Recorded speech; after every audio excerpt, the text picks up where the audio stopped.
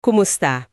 Naisip mo na ba, paano kaya kung yung kontratang pinirmahan mo dito sa Pilipinas, pagdating mo sa ibang bansa, iba na pala? Anong laban mo bilang OFW? Lalo na kung yung ebidensya parang hawak lahat ng employer mo, di ba? May isang mahalagang kaso na umadot sa Korte Suprema tungkol dito. Ating silipin. Ngayon, pag-uusapan natin itong kaso ng Stephanie A. Maitim, Margie M. Amban at Flora Q. Mahinay laban sa Technica Skills and Trade Services Inc., Cesar E. Pabellano at Arabian Gulf Company for Maintenance and Contracting. Ito yung GR number 240143 na may petsang January 15, 2025. Hihimayin natin ano ba talaga ang nangyari at ano yung naging hatol. Okay, simulan natin. Tatlong OFW ito, sina Maitim, Amban, tsaka si Mahinay. Na-recruit sila bilang nursing aide. Destination, Saudi Arabia. Yung agency dito, Technica Skills or TSTSI. Oo.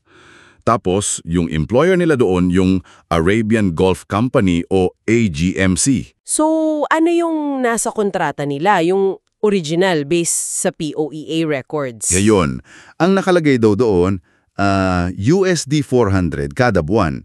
Tapos, 8 hours lang ang trabaho. Standard, no? Oo, standard. 2 years ang kontrata, tapos may kasama dapat na vacation leave at saka food allowance. Yan yung nasa papel sa POEA. Kaso, may kaso, hindi raw sila binigyan ng kopya nitong kontrata na to. Yun nga. At dito na pumasok yung problema. Kasi bago pa man sila makaalis ng Pilipinas, may pinapapirma pa raw sa kanilang pangalawang kontrata. Ha? Pangalawang kontrata? Ano naman nakalagay doon? Eto na nga. Biglang naging housekeeper na raw yung posisyon nila, hindi na nursing aide. Naku, malaking difference yon. Yung sahod. Mas mababa. SAR 850 na lang per month from USD 400. Tapos yung oras ng trabaho, naging 12 hours. Grabe, 12 hours. Oo. At yung kontrata, hindi na 2 years, kundi 3 years na. Teka, bakit sila pumirma? Anong sabi nila? Ang sabi nila, parang napilitan lang daw sila.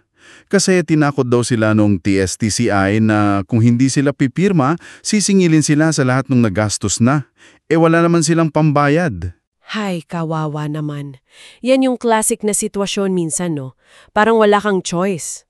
Talagang mahirap. At hindi lang yon ang naging problema nila, tama? Kahit natapos na yung 3 years. Oo, kahit tapos na yung 3 years nila doon, hindi pa sila pinauwi agad ng employer, ng AGCMC. Gaano katagal pa sila nagstay? Inabot sila ng mahigit 3 taon bago tuluyang nakauwi dito sa Pilipinas noong 2016. Pagka-uwi, syempre, nagsampa agad sila ng kaso. Okay, so nagsampa sila ng kaso sa Labor Arbiter o LA. Ano nangyari dun? Nanalo ba sila? Nanalo sila, pero parang bahagya lang. Binigyan sila ng LA ng salary differentials, yung kulang sa sahod, tsaka vacation leave pay. Pero para lang daw sa unang 24 months ng kontrata. Teka, bakit 24 months lang? 3 years plus sila doon? Yun nga. Tapos, yung food allowance at overtime pay, hindi daw nag-grant kasi kulang daw sa ebidensya. Hindi raw nila napatunayan. Okay. Tapos may issue pa raw sa position paper ng TSCSI. Oo, yung position paper ng TSCSI, huli na raw na i-file, kaya hindi na tinanggap ng LA. Parang technicality. So medyo bitin nga yung panalo sa LA. Malamang umapela sila nito. Saan sila nagapela? Tama. Umakyat sila sa NLRC, sa National Labor Relations Commission. At dito, anong nangyari? Nagbago daw ang desisyon? Oo, dito nagbago ang ihip ng hangin. Binaliktad ng NLRC ang desisyon ng LA. Kinatigan nila ng buo yung mga OFW. Talaga? Anong naging basehan ng NLRC? Kino-question ng NLRC yung mga evidensyang na pinisenta ng TSTCI, lalo na yung mga payroll at DTRs, yung daily time records. Bakit? Ano daw problema sa payroll at DTRs? Una, may testimonyo yung dati nilang kasamahan, si Salbahan. Sabi niya, yung pirma daw na nasa payroll para sa mga buwan na wala na siya doon, peke raw. Hindi niya pirma yon. Nako, malaking bagay yon. Oo. Tapos napansin din ng NLRC na parang magkakamuha yung mga pirma sa iba't ibang payroll at yung mga DTRs parang sulat kamay lang ng isang tao tapos walang pirma ng mga empleyado mismo. So talagang kahina-hinala yung ebidensya ng employer. Sobra. Dahil dyan, sabi ng NLRC, hindi mapagkakatiwalaan yung ebidensya ng TSTCI. Kaya ang ginawa nila, iginawad nila yung claims ng mga OFW para sa buong panahon na nagtrabaho sila. Mahigit 3 taon yon. Anong mga claims yon? Lahat na. Oo, lahat.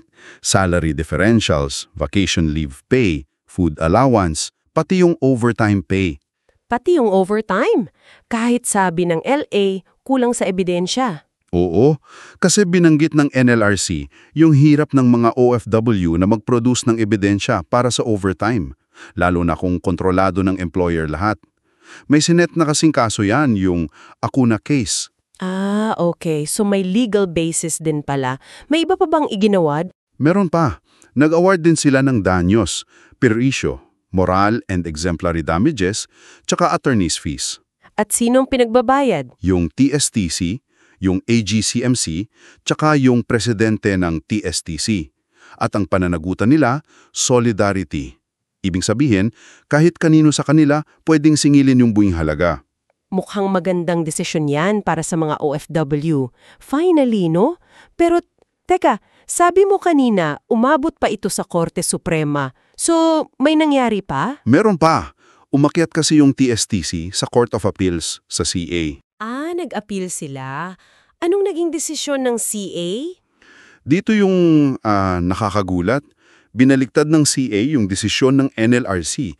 Nagdesisyon sila pabor sa TSTCI at dinismiss yung kaso ng mga OFW. Ha?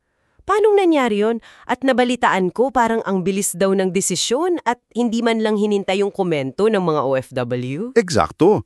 Yun yung isang malaking issue. Nag-utos ang CA sa mga OFW na mag-file ng comment nila sa petisyon ng TSTCI. Pero bago pa man makapag-file yung mga OFW, naglabas na ng desisyon ng CA. Grabe naman yun, labag sa due process yun, di ba? Oo, malinaw na paglabag sa due process. Hindi sila binigyan ng pagkakataon na mapakinggan. Tapos, may mali pa sa findings ng CA. Anong mali? Sinabi ng CA na umamin daw yung mga OFW na kanila yung mga pirma sa payrolls. Pero pagtingin sa records, wala namang ganong admission. Salungat sa ebidensya. Naku po. Tapos yung motion for reconsideration nila. Yung motion for reconsideration na final ng mga OFW, tinuring lang ng CA na pro forma. Parang pampadagdag lang daw, pang-delay. Kaya nag-order agad sila ng entry of judgment. Parang minadali talaga. Kawawa naman yung mga OFW dito. Talagang roller coaster yung kaso nila. Buti na lang umabot sa Korte Suprema. Ano na ang final verdict? Ayun na nga, pagdating sa Korte Suprema, kinatigan na ulit ang mga OFW. Binaliktad ng SC ang desisyon ng CA. Hay, salamat naman. Oo, at ibinalik nila yung desisyon ng NLRC, pero may kaunting modification o pagbago. Ano yung mga sinabi ng Korte Suprema? Una, pinuna talaga nila yung CA. Mariing sinabi ng Korte na mali yung ginawa ng CA na pagbaliwala sa due process ng mga OFW. Hindi pwedeng magdesisyon nang hindi pinapakinggan ng isang panig. Tama naman. Dapat lang. Ano pa? Kinumpirma rin ng Korte Suprema yung findings ng NLRC na questionable talaga yung mga ebidensyang payroll at DTRs ng TSTSI. At dito, in-apply ng Korte yung prinsipyo ng burden of proof sa labor cases. Ano yun ulit? Yung employer dapat magpatunay. Tama. Ang employer ang may responsibilidad na patunayan gamit ang klaro at kapaniniwalang ebidensya na nabayaran nila ng tama yung empleyado kasama lahat ng sahod at benepisyo. So dahil bigo yung TSTSI na patunayan yon. Dahil bigo sila, pinagbigyan ng Korte Suprema ang lahat ng claims ng mga OFW. Yung salary differentials, vacation leave pay, food allowance at overtime pay para sa buong panahon na nagtrabaho sila. Okay, malinaw na yon. So, ano yung final na utos ng Korte Suprema? Sino ang magbabayad at magkano? Inutusan ng Korte Suprema ang TSTSI, yung foreign employer na AGCMC, at ito yung modification, lahat ng corporate officers ng TSTSI na magbayad ng solidarily. Hindi lang yung presidente, lahat ng opisyal. Oo, Lahat ng opisyal ng agency. Base ito sa RA 8042, yung Migrant Workers Act. Malinaw daw doon na kasama lahat ng directors at officers sa pananagutan. Mas matindi pala ang pananagutan ng agency at officers nila. Magkano lahat ang babayaran? Yung buong monetary claims nila, salary differentials, leave pay, food allowance, O3 pay, plus 50,000 pesos na moral damages bawat isa, 50,000 pesos exemplary damages bawat isa, at attorney's fees na katumbas ng 10% ng total award. Malaking halaga rin yan. At isang mahalagang panalo para sa mga OFW na lumalaban para sa karapatan nila. Talagang mahalaga? Ngayong napag-usapan natin itong buong kaso, mula LA hanggang Korte Suprema, ano sa tingin mo yung pinakamalaking hamon na hinaharap ng mga OFW natin pagdating sa pagpapatupad ng kontrata nila, lalo na pag andun na sila sa ibang bansa, yung parang feeling nila mag-isa sila? Alam mo, magandang tanong yan. Marami kasing factors eh. Siguro yung isa yung distansya mismo. Malayo sila sa pamilya, malayo sa sistema ng hustisya natin dito. Oo nga. Pangalawa, yung takot.